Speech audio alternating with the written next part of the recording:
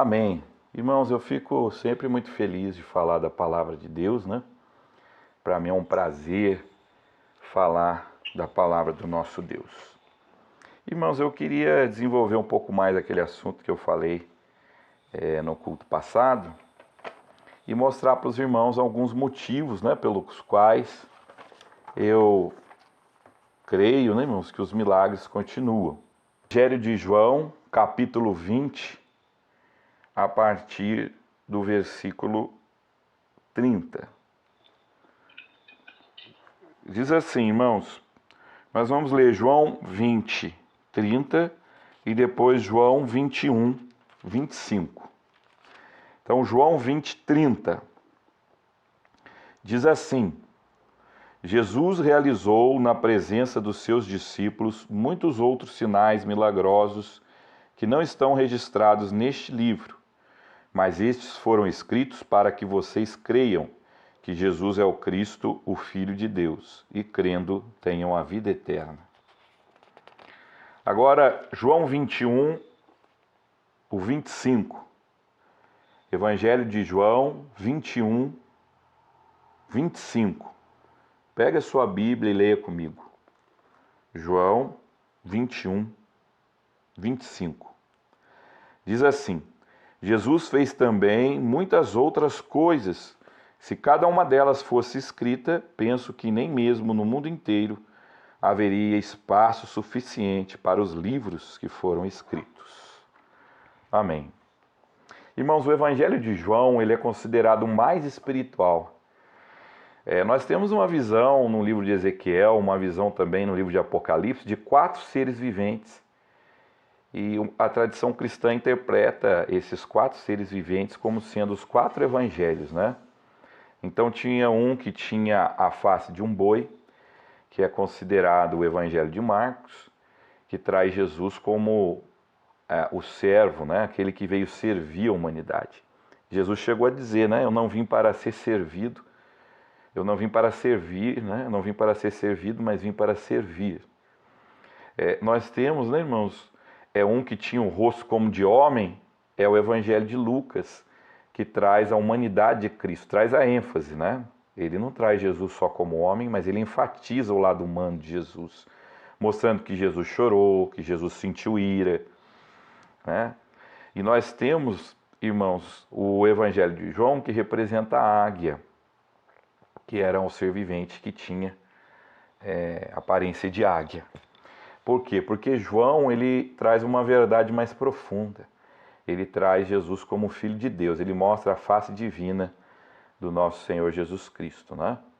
João ele tem a autoridade de ter sido testemunho ocular de tudo aquilo que ele narra, porque ele foi chamado por Cristo para ser discípulo. E durante 3 anos, viu, eles andaram com Jesus.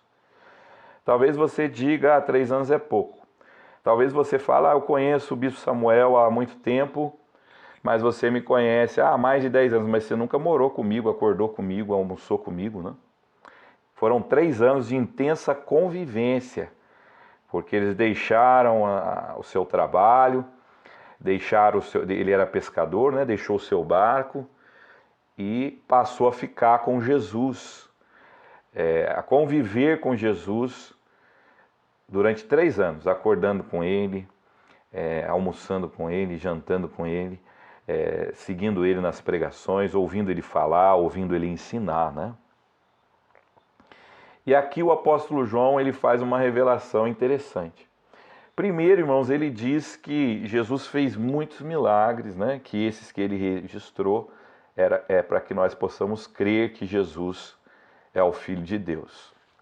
Então, ele também vai dizer o seguinte, né, irmãos? Nós lemos que se fosse escrever nos livros tudo que Jesus fez, não caberiam nos livros, né, do mundo inteiro. Olha, irmãos, não dá para comparar Jesus a nenhum personagem histórico. Jesus é muito mais grandioso. Não dá para você compará-lo, né? Irmãos, diz que Napoleão ele disse o seguinte: que diferença entre eu e esse Jesus? Eu movi soldados a lutarem, a darem a sua vida, mas eu estava vivo. entre eles. Jesus não está nem mais entre nós, mas move multidões. O que ele não sabia é que Jesus ressuscitou, né, irmãos? Ele está sim entre nós. Ele apareceu aos discípulos, por isso que eles saíram com ousadia, pregando o Evangelho. Irmãos, não tem como você ser crente e não acreditar em milagre. Sabe, a Bíblia toda é feita de milagres. Já começa no Antigo Testamento, o milagre da criação. No princípio criou Deus os céus e a terra, né? Depois você vê os profetas, você vê o povo de Deus, Deus abrindo o mar vermelho para o povo passar. Você vê o profeta orando para o machado boiar. Você vê, irmão Josué, tocando a trombeta para ruir as muralhas de Jericó. Então você vê milagre, você vê morto ressuscitando, você vê o Senhor operando. No ministério de Jesus também foram inúmeros e inúmeros milagres. E a Bíblia nos mostra, né, irmãos, que Deus deu dons aos seus apóstolos para capacitá-los a continuar a pregação. Então, Paulo fala de vários dons, dons de mestre, dom de operação de cura, dom de profecia. E tem gente que defende, né, irmãos, teólogo que defende que esses dons não existem hoje, ou pelo menos não todos, né? Eles geralmente negam o de profecia e o de milagre, dizendo que hoje Deus não usa pessoas para operar milagres, né? Então, irmão, eu quero apresentar alguns motivos pelos quais isso não é verdade. Olha, irmãos, a Bíblia fala de profecia. A Bíblia fala, irmãos, que Paulo estava para ir para Jerusalém e Deus levantou um profeta chamado Ágapo, e esse profeta falou, pegou o cinto de Paulo, amarrou, né, as suas mãos e falou, se você for para Jerusalém vão te prender. Isso é profecia, irmão. Então nós cremos em profecia. A profecia ela tem que ser julgada, mas o Senhor usa profecia. Nós cremos que Deus fala através de sonhos. Irmãos, lê lá o livro do profeta Daniel, Deus deu sonho a Nabucodonosor. Né? Ele sonhou que uma árvore crescia até o céu e um anjo mandou cortar, ele ia pastar com os animais. Deus revelou a ele as nações, os reinos que viriam na terra depois dele. Ele viu uma estátua, né, irmão, gigante, e a cabeça era de ouro, que representava a Babilônia. O peito era de prata, o Império Medo-Persa, e vai até o Império Grego, o Império Romano, foi tudo revelado ali naquela visão de um sonho. José tinha sonho, né, irmão? Ele sonhava tudo aquilo que ia acontecer na vida dele, o Senhor revelava a ele através de sonhos. Então nós cremos em profecia, amém? Sem profecia o povo se corrompe. Agora, nós não somos guiados por profecia, nós julgamos a profecia de acordo com a palavra de Deus. Irmãos, a pregação da palavra continuou e os apóstolos continuaram operando milagres, né? E hoje Deus também opera milagres. Sabe, irmãos, Deus não muda. E a Bíblia fala que Jesus Cristo é o mesmo ontem e hoje será eternamente. Então, o primeiro motivo que eu quero apresentar à igreja, pelo qual não podemos crer que os milagres cessaram, que as profecias cessaram, é que Deus não mudou, Deus ainda quer salvar. Hebreus 13:8. Abra sua Bíblia comigo em Hebreus 13:8. Estou achando aqui, irmãos. Carta aos Hebreus, capítulo 13, versículo 8. Diz assim, Hebreus 13:8. Jesus Cristo é o mesmo ontem, hoje e para sempre. Amém? Deus é imutável. Deus não muda. A gente vai ficando velho, vai perdendo a força, o vigor, o poder. Deus não, Ele continua com o mesmo poder. Ele pode ressuscitar mortos, Ele pode curar enfermos, Ele pode resolver os nossos problemas, Ele pode fazer maravilhas ainda, né? E essa, na verdade, esse é um atributo de Deus que não é comunicado aos homens, né? Nós mudamos. Deus, por exemplo, não muda de opinião porque percebeu que estava equivocado, né? Ah, antes eu defendia isso, agora eu não defendo mais porque eu estudei melhor, eu percebi que eu estava errado. Não, Deus não. Ele é onisciente, né, irmão? Não tem como ele mudar de opinião, mudar, porque Deus não tem opinião, né, irmãos? Ele tem certezas. Ele fala a verdade sempre. O conhecimento dele é total, é profundo. Deus não perde o poder, irmãos. Deus não perde o poder. Irmãos, teve uns pensadores aí da filosofia moderna que eles não queriam deixar de acreditar em Deus e eles defendiam que Deus existia, mas não interfere no mundo. Ah, irmão, Deus não interfere no mundo? Então por que que lá no dilúvio Deus mandou trazer o dilúvio? Por que que Deus mandou o seu filho aqui na terra? Se você crê num Deus que não interfere no mundo, não adianta louvar Ele, não adianta orar para Ele, porque Ele não vai interferir no mundo. Não, Deus interfere no mundo. Deus é poderoso, né, irmãos? Quando você estiver doente, ora por um milagre. Amém? Quando você estiver angustiado, ora por um livramento. Porque você tem um Deus que é poderoso, que pode todas as coisas. Então os milagres continuam. Irmãos, eu creio que os milagres continuam, que as profecias continuam, porque não tem um versículo na Bíblia que fala que ia cessar depois dos apóstolos. Cadê a base bíblica para falar isso? Tem gente que pega lá uma palavra em Coríntios, né? Que Paulo fala que quando vier aquele que é verdadeiro, Paulo fala que as profecias cessarão. Aí eles falam, isso aqui é o canon, quando terminou a Bíblia, não precisou mais de profecia. Irmão, aquele que é verdadeiro, que vai vir, é Jesus Cristo. Não tem nada a ver de completar os livros da Bíblia. É uma interpretação completamente equivocada. Não tem base bíblica para você defender que Deus não pode usar um profeta hoje, que Deus não pode operar um milagre hoje. Não tem base bíblica, irmão. Cadê o versículo? Mostra para mim um versículo da Bíblia.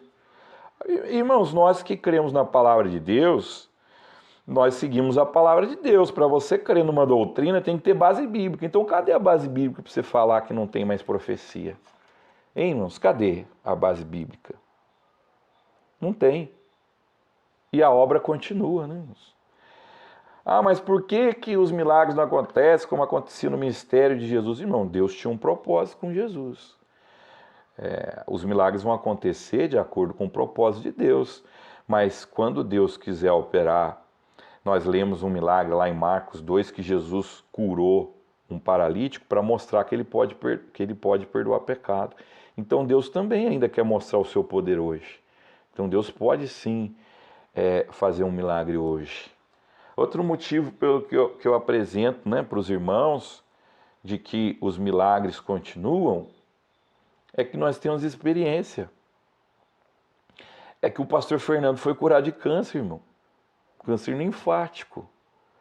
O pastor Fernando, que pertenceu à Igreja Promessa de Jesus de Lorena, ele tinha câncer linfático. Ele teve no mesmo período que um ministro do governo federal tinha, chamado Dilson Funaro. Esse homem tinha todo o dinheiro para tratar o câncer e não sobreviveu. O pastor Fernando, né, irmãos, ele era bancário, não tinha recurso como esse homem e sobreviveu. Um milagre, Deus garantiu. Irmão, eu creio em milagre, né, irmãos? Eu creio em milagre porque acho que a irmã Sofia, né, não foi o Davi não, foi curado de fibrose cística, irmão. Eu creio. Eu creio em profecia, irmão, porque uma vez Deus usou 2 irmãos para falar o que eu orei aqui no meu quarto. E não dava para ele ouvir o que eu falei aqui no meu quarto. Então eu creio. Agora, eu não estou colocando a experiência acima da Bíblia. A experiência que eu tive está de acordo com a Bíblia, com a palavra de Deus. Porque a palavra de Deus tem profecia, a palavra de Deus tem milagre. Então, quando você crê em milagre, quem em profecia, você não está sendo herege, não, irmão. Você está crendo na palavra de Deus. Amém? Nós não forçamos o milagre, nós também cremos na soberania de Deus. Um ensinamento não anula o outro. Então eu creio que o milagre vai acontecer quando Deus quiser, porque Ele é soberano, Ele é que sabe, não sou eu que domino, né? Eu falo, agora vai ter um milagre. Não, não sou eu que controlo isso. Eu não controlo essa força, esse poder. Eu não aciono a hora que eu quero, né? Mas a hora que Deus quer, Ele põe fé no nosso coração. Temos aí no nosso canal no YouTube o testemunho do bispo João Antônio Lopes. Deus colocou fé no coração dele. O médico falou que ele estava curado, ele estava com medo de largar o remédio. Ele falou, não, em nome do Senhor Jesus eu vou, porque eu já estou curado. Então Deus colocou fé no coração dele, para que ele confiasse na cura de Deus. Amém? Então hoje é a mesma coisa, irmãos. Nós cremos no sobrenatural, nós cremos no mundo espiritual. Nós não podemos ser como os saduceus que não conheciam as Escrituras e nem o poder de Deus. Nós conhecemos o poder de Deus, nós não negamos o poder e temos que conhecer as Escrituras também. Portanto, irmão, continue orando a Deus. Está aflito, ore ao Senhor. Ele livrou, né, o rei Ezequias de Senaqueribe, aquele rei poderoso. Olha, irmãos, o Senaqueribe chegou lá e colocou o exército dele. Eu fico imaginando a angústia do rei Ezequias, né? Porque o pessoal entrar lá era matar os filhos deles. Já pensou, irmão, pegar seu menininho aí, o Samuelzinho, a Rebequinha, fincar uma espada neles, jogar a cabeça deles numa pedra, pegar sua mulher pro harém, pegar sua filha? Era isso que ia acontecer, irmão. Era coisa horrenda, coisa terrível. Os homens eram cruéis, né? Ainda são. Mas a pregação do Evangelho, a graça de Deus melhorou um pouco a humanidade, né? O Evangelho melhorou o homem, restaurou aquela bondade original que tinha, né? Para alguns. E era terrível o que ia acontecer. Ele estava angustiado, né, irmãos? Aí o Senaqueribe mandou o pessoal para conversar em cima do muro, começou a falar em aramaico. O rei Ezequias falou assim, olha, faz um favor para mim, não fala na língua que o povo entenda, porque o povo está apavorado. Aí ele falou, não, nós vamos falar na língua que o povo entende mesmo. Eu queria deixar o pessoal apavorado, nós vamos entrar aí, vamos invadir mesmo. Olha, irmão, ele pegou a carta de afronta, porque o Senaqueribe falou para ele assim, olha, eu já entrei nos outros países e não teve Deus que livrou. Os outros deuses não fizeram nada. Agora, Ezequias, para de enganar o seu povo dizendo que o seu Deus vai livrar. Seu Deus é diferente dos outros? Ah, irmão, não sabia com o que ele estava mexendo. É diferente, é o Deus verdadeiro, né? É o Deus que pode todas as coisas, irmão. E aí Deus mandou a resposta, olha, a menina de Sião maneia a cabeça por detrás de ti. Ele foi lá, morreu um monte de gente lá do soldado dele, foi embora para a casa dele. Depois de uns anos, um filho dele matou ele. Perdeu até o reinado, né? Então nós cremos no livramento, nós cremos em profecia, nós cremos em sonho. Não é todo sonho que é da parte de Deus, viu? Não é. Mas tem sonho que é. Tem sonho que é da parte de Deus, que é revelação de Deus. A Bíblia diz, né, irmão? Não sei se é provérbio eclesiástico, que do muito pensar vem um sonho. Tem sonho que é do seu pensamento, né? Você dorme preocupado, aí você sonha, né? Outro dia a contadora da igreja me ligou, passa um documento para mim, Samuel, tal, passa desse. Aí, irmãos, eu estava lembrando que eu tinha que passar um documento para ela. Irmão, eu sonhei que eu estava aqui na minha casa e chegou uma carta da Receita Federal dizendo que a igreja devia um dinheirão. Esse sonho não é de Deus, né, irmão? Esse sonho eu estou preocupado com o que eu tenho que resolver. Aí eu sonhei, né? Mas tem sonho que é revelação de Deus. Né, irmãos? Deus revelou também a Faraó lá que ia vir 7 anos de fome na terra. E aí ele viu 7 vacas gordas e 7 vacas magras. Ele viu 7 espigas de milho. Eu creio, tá, irmão? Eu sou pentecostal. Eu sou fogo puro, amém, irmão? Glória a Deus. E você tem que crer também, irmão. Crer no Deus que pode todas as coisas, no Deus que faz o impossível.